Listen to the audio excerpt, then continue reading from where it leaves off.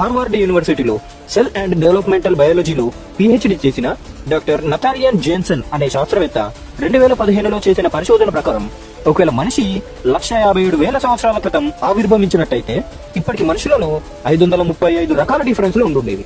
కానీ అలా కాకుండా 77 రకాల డిఫరెన్స్లు మాత్రమే ఉండడంతో మొదటి మనిషి 6,500 సంవత్సరాల క్రితమే ఆవిర్భవించినట్టు అర్థమైంది. ఒకవేళ నిజంగానే మనిషి అనేవాడు 1,57,000 సంవత్సరాల క్రితం ఆవిర్భవించి ఉండుంటే ఇప్పటికి భూమిపైన లక్షల కోట్ల జనాభా ఉండుండేవారు. భూమి అంతా నిండిపోయి భూమిపైన మనిషి జీవించడానికి అసలు స్థలమే ఉండుండేది కాదు. కానీ ప్రస్తుతం భూమిపైన 2003 సంవత్సరం నాటికి కేవలం 800 కోట్ల మనుషులు మాత్రమే ఉన్నారు. దీన్ని బట్టి ఈ భూమిపైన మొదటి మనిషి ఆవిర్భవించి 6,500 సంవత్సరాలు మాత్రమే అవుతుందని మనం అర్థం చేసుకోవచ్చు. ఈ పరిశోధనలలో బయటపడ్డ ఎవిడెన్స్లన్నిటి బట్టి మనిషి సుమారు 6,500 సంవత్సరాల క్రితం ఒకే తల్లి నుండి ఆవిర్భవించినట్టు శాస్త్రవేత్తలు నిర్ధారించారు. ఈ పరిశోధనలలో బయటపడ్డ